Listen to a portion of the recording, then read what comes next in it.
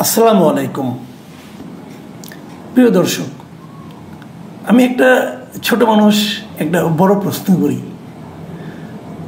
আমার এই বড় প্রশ্নটা হলো, অন্তর্বর্তীকালীন সরকারের প্রধান উপদেষ্টা ডক্টর মোহাম্মদ ইউনূস তিনি কি সরকারি দায়িত্বে স্থায়ী হতে চাচ্ছেন? মানে উনি কি অনেক দিন ধরে সরকারের বিভিন্ন গুরুত্বপূর্ণ যে দায়িত্বগুলোতে উনি আছেন, এরকম কোনো একটা দায়িত্বে দীর্ঘদিন মন্থক অথবা আমৃত্যু থাকার একটা আকাঙ্ক্ষা মনের মধ্যে লালন করছেন? আপনারা হয়তো বলবেন এ ধরনের প্রশ্ন কেন করছি। হ্যাঁ, সেটা আমি ব্যাখ্যাটা দিচ্ছি।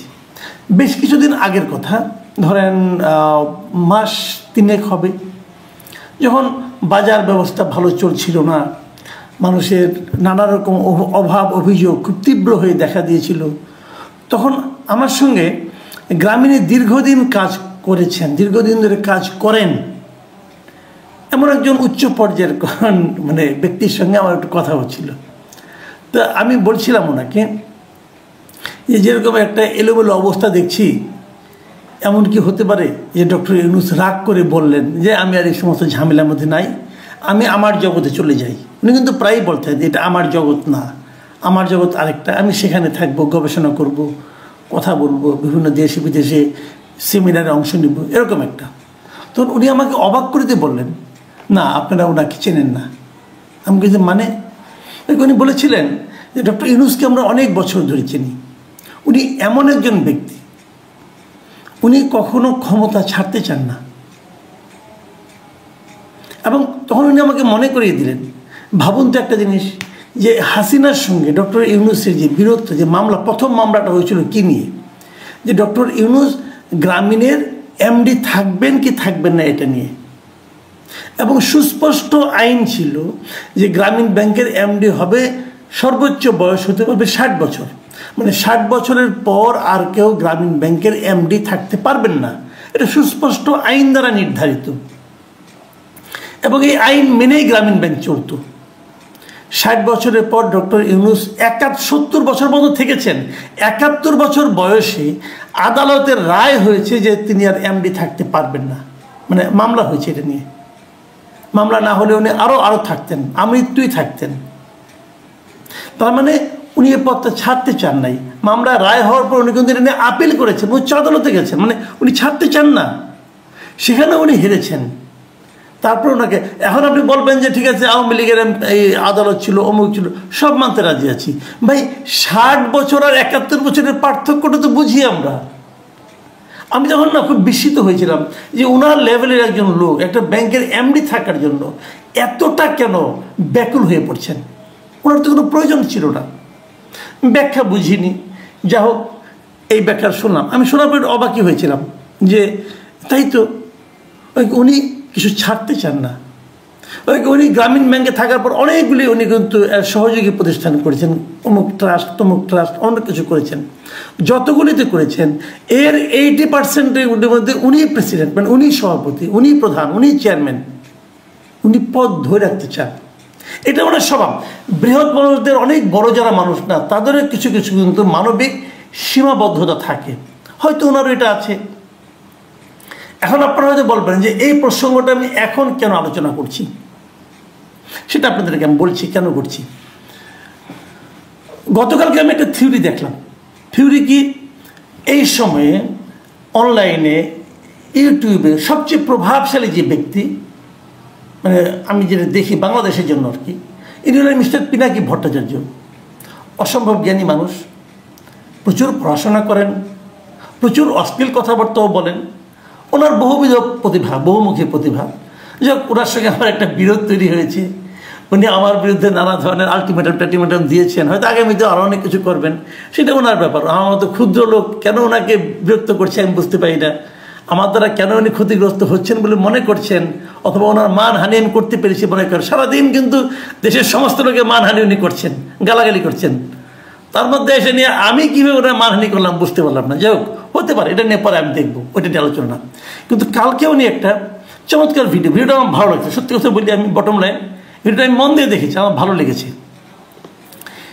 ভালো লেগেছে কি ভিডিওটা, উনি একটা চমৎকার উনি মাঝে মাঝে থিওরি দেন, কিন্তু উনি একটা থিওরি দিয়েছেন যে ডক্টর ইউনূসকে প্রধান উপদেষ্টা রেখে একটা জাতীয় সরকার করা যেতে পারে, এবং সেই সরকার হাসিনা যে নির্বাচনটা করেছিল ৭ই জানুয়ারি ২০২৪, সেই সরকারের মেয়াদ যতদিন থাকার কথা, মানে ৫ বছর ধরেন, তারপরে ২০২৯ সাল পর্যন্ত, ২৯ সাল পর্যন্ত এই সরকারটা থাকবে।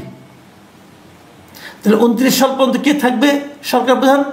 ডক্টর ইউনূস। ২৯ সাল পর্যন্ত, যদি ২৯ সাল পর্যন্ত উনি থাকেন, তাহলে যে জিনিসটা হবে, তখন ওইখানে একটা জাতীয় সরকারের মতো হবে, এবং সেই সরকারের উপপ্রধান উপদেষ্টা হবেন তারেক রহমান,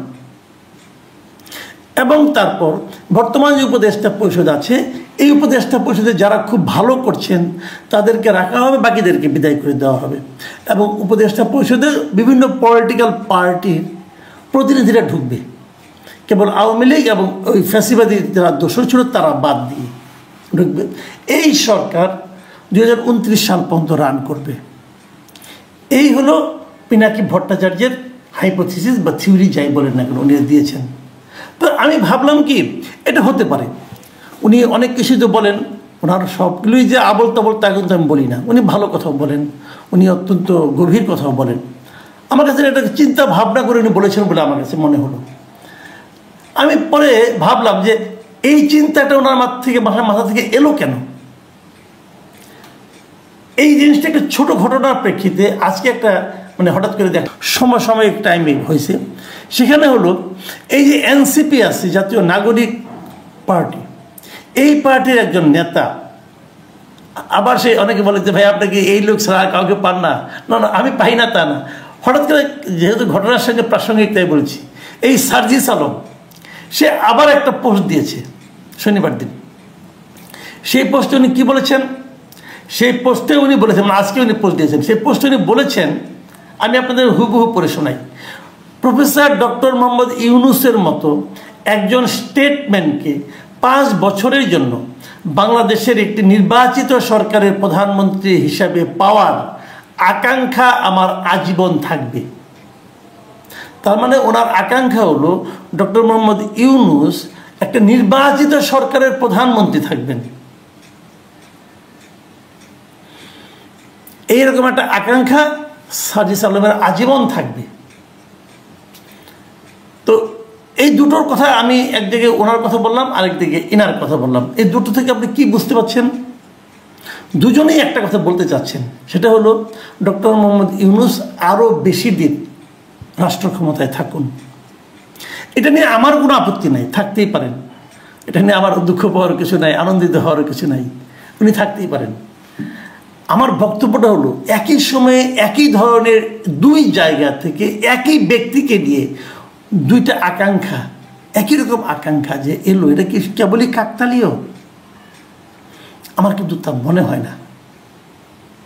আমার কেন যেন মনে হয় দুজনই এই ব্যাপারে এই ধরনের আকাঙ্ক্ষা প্রকাশের আগে ডক্টর ইউনূসের সঙ্গে কথা বলে নিয়েছেন। এখন আপনি তো বলবেন উনি কিভাবে থাকবেন, উনি তো কোনো পার্টি করেন নাই। এটাও কিন্তু আমি মনে করি ঠিক না, উনি পার্টি করেছেন। এই ছাত্র যে দলটা, এটা আসলে ওনার পার্টি। উনি মানুন অথবা উনি বলুন অথবা না বলুন, যাই করুন, আমি মনে করি এটা ওনার পার্টি। কেন মনে করি সেটাও বলি। এদেরকে উনি উৎসাহ দিয়ে পার্টিটা করিয়েছেন, এবং এই পার্টির নামকরণটাও উনি যে আগে একটা পার্টি করতে চেয়েছিলেন, যেটা মিসক্যারেজ হয়ে গিয়েছিল অনেক আগে, সেই পার্টির নামের সঙ্গে এই পার্টির নামের অনেক মিল আছে। তো যাই হোক, তো উনি এই পার্টিটা, আমি মনে করি এই পার্টির সঙ্গে ওনার একটা খুব ভালো সম্পর্ক আছে বলেই এই পার্টির নেতারা বিভিন্ন জায়গায়, দেশের বিভিন্ন জায়গায় যখন যান, তখন সরকারি পার্টির যে বাহাদুরি, যে পাওয়ার, যে এটা তো এক্সারসাইজ করতে পারেন অবাধে। প্রশাসনও তাদেরকে সেটা করতে দেয়, এবং এই ছাত্রদের দুজন প্রতিনিধি সরকারের মধ্যেও আছেন।